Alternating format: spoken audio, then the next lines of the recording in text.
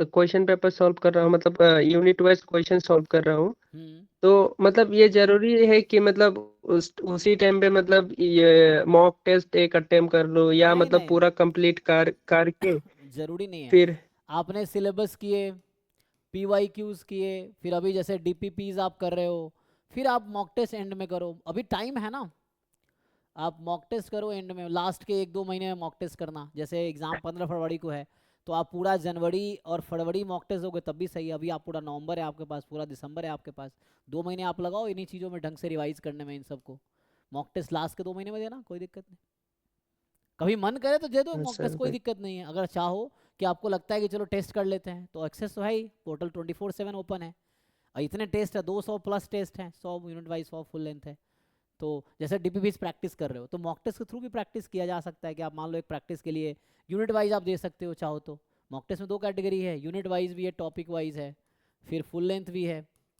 तो उसके अकॉर्डिंग पहले यूनिट वाइज से प्रैक्टिस हो जाएगा, वो भी तो यूनिट वाइज लाइक DPPs ही हैं, जैसे टॉपिक वाइज DPP बने हुए हैं, वैसे टॉपिक वाइज यूनिट टेस्ट है।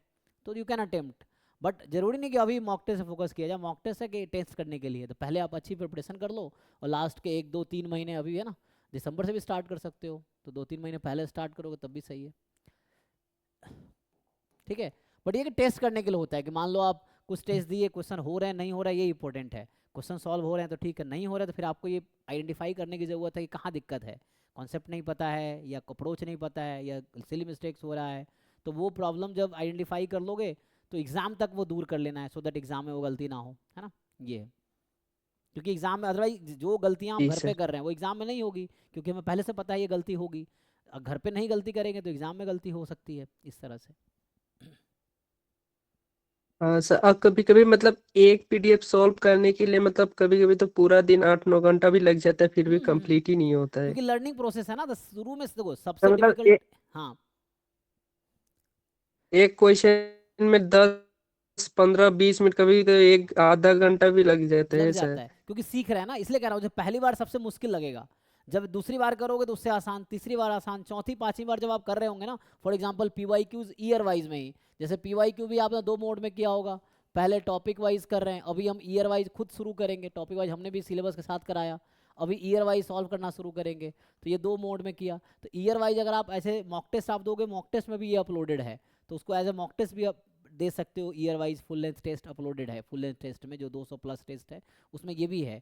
तो वो जब टेस्ट दोगे, मान लो चौथी पांचवी बार सॉल्व करोगे, तो आपको लगेगा कॉन्सेप्ट बिल्कुल क्लियर है, और आपको सारे क्वेश्चन का अप्रोच भी क्लियर होगा। तो उससे थोड़ा कॉन्फिडेंस बेटर होगा, आपको लगेगा कि हाँ, मतलब क्वेश्चन समझ आ रहा है, थ्योरी भी समझ आ गया है, तो एग्जाम में भी हो जाएगा। तो वो थोड़ा बिलीफ, आपको खुद पे कॉन्फिडेंस आने लगेगा। फर्स्ट टाइम सबसे मुश्किल होता है, जो आपको टाइम लग रहा है, ये सबको लगता है। जो टाइम नहीं देगा वो सीख भी नहीं पाएगा ना। तो फर्स्ट टाइम सबसे मुश्किल होता है। फिर सेकेंड, थर्ड, फोर्थ टाइम जब आप रिवाइज करोगे तो ईजी रहेगा। फर्स्ट टाइम में मुश्किल रहेगा तो कोई प्रॉब्लम नहीं, आप सीख रहे हो, दैट्स फाइन। और ये लर्निंग, क्योंकि प्रिपरेशन इसीलिए कर रहे हैं, सीखने के लिए। तो टाइम लग रहा है, इट्स ओके। टाइम दो, सीखो, फिर धीरे धीरे चीज़ें इंप्रूव हो जाएंगी। ठीक है। हाँ सर, मतलब पहले ना मतलब ऐसे कुछ भी नहीं आता था, अभी तो बहुत सारे थोड़ा कुछ आ रहे हैं। पहले तो हाँ। कॉलेज में ऐसे क्या गया, थ्योरी थ्योरी पढ़ के मतलब कुछ समझ में नहीं आता था, रट्टा मार के सिर्फ एग्जाम दे देता था उधर में। हम्म। लेकिन अभी तो बहुत सारे मतलब जैसे कि यूनिवेरिएट भी अभी कंप्लीट, ऑलमोस्ट कंप्लीट हो गया है पूरा, मतलब कर सकते हैं अभी क्वेश्चंस वैसे भी। लिमिट थ्योरम का फिर मार्कओफ चेन तो पढ़ा था ना कॉलेज में, तो इसीलिए वो इजी लगता है थोड़ा। फिर अभी अलजेब्रा वो कर रहा हूँ अभी। इंटीग्रेशन तो कंप्लीट हो गया है, मतलब फिर भी कर रहा हूँ, 2-3 बार किया, एक बार 2 बार किया, फिर कर रहा हूँ सर। कभी कभी तो नहीं होता है, फिर भी मतलब वो टाइम लग और जाता है। मुश्किल क्वेश्चन जो लगे पहली बार में, उसको कहीं सेव करके रख लो या नोट करके। कुछ टाइम बाद फिर से सॉल्व करो, फिर से सॉल्व करो, तो वो दिमाग में कॉन्सेप्ट बैठ जाएगा। अच्छा, इसका ये अप्रोच है, ये कॉन्सेप्ट है, वरना भूल जाते हैं ना। ये है। तो मुश्किल चीज़ों को रेगुलर हाँ रिवाइज सर, में वो ज़्यादा मैंने ज़रूरत है। ना नोट्स है ना वो, मतलब डिवाइस का नोट्स है ना, उसमें मार्क करके रख हाँ, देता बस हूँ उसमें। काफ़ी है, तो उससे हो जाएगा। ये है कि ट्राई कीजिए, बाकी कोई दिक्कत आएगा बताइए, तो कोशिश करना है। अभी जैसे एफर्ट्स कर रहे हैं, अभी एग्जाम में टाइम है, नवंबर, दिसंबर, जनवरी है ना, फरवरी। तो ये साढ़े 3 महीने हैं, अभी टाइम काफ़ी है ना, इतना भी एनफ है। वो है।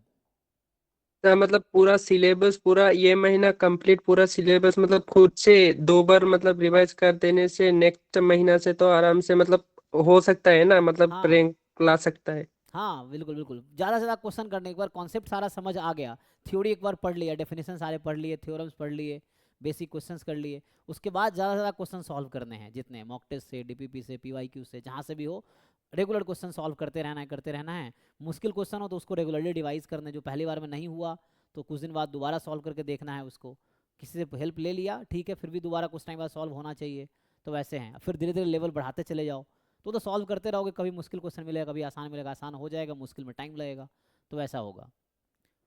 बड़े सा सॉल्व करते रहोगे तो कॉन्सेप्ट बूस्ट हो जाएगा, क्वेश्चन के थ्रू ज़्यादा क्लैरिटी आता है चीज़ों में, है ना, उस तरह से। जैसे मान लो अभी वही था कि पीरियड वाला जो पिछले क्वेश्चन में ही, तो आपको जैसे आपका सही आंसर आ रहा है, इसमें गलत है, तो एटलीस्ट आपको ये रियलाइज हो रहा है ना कि उसमें गलत है शायद, तो वैसा है, तो आप सीख गए इसीलिए।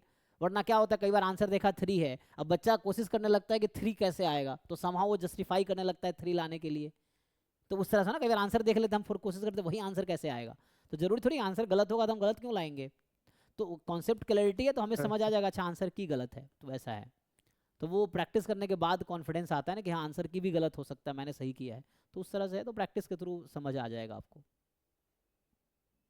ठीक है। मतलब सर, और एक, हाँ सर, मतलब मतलब यूनिट वाइज है ना, तो हर यूनिट हर रोज मतलब तो कम, मतलब देखना ही तो नहीं है, एक मतलब ऐसा तो इम्पोर्टेंट तो है नहीं ना, मतलब दो नहीं तीन नहीं, दिन के बाद भी मतलब कर हाँ सकते हैं, लेकिन वरना रेगुलर इंटरवल पे, ऐसा एक जरूरी नहीं यूनिट कि करने में से हम्म, आप हाँ, एक मतलब यूनिट एक उठाओ, यूनिट करने दो में तीन तो चार दिन एक दो, दिन कोई कभी कभी दिक्कत लग नहीं है। जाता है। हाँ अगले फिर 2-4 दिन बाद एक यूनिट उठाओ, ऐसे करके कर सकते हो आप, कोई जरूरी ना डेली सारे यूनिट करने, जी एक दिन सर। पूरा एक यूनिट को दो, दूसरे दिन भी दे सकते हो, वैसे करके एक रेगुलर इंटरवल पे सारे टॉपिक करते जाओ।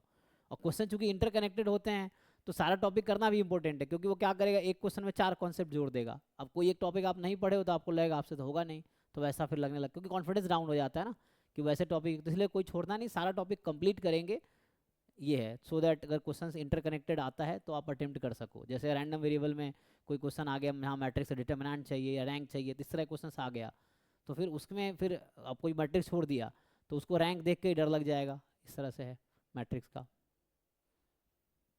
ठीक है। जी sir. Hmm, thank you sir. ठीक है, थैंक यू, हाँ हो जाएगा, बस लगे रहिए, हो जाएगा, अच्छा रैंक आ जाएगा। Thank you sir. Good night sir. जी गुड नाइट।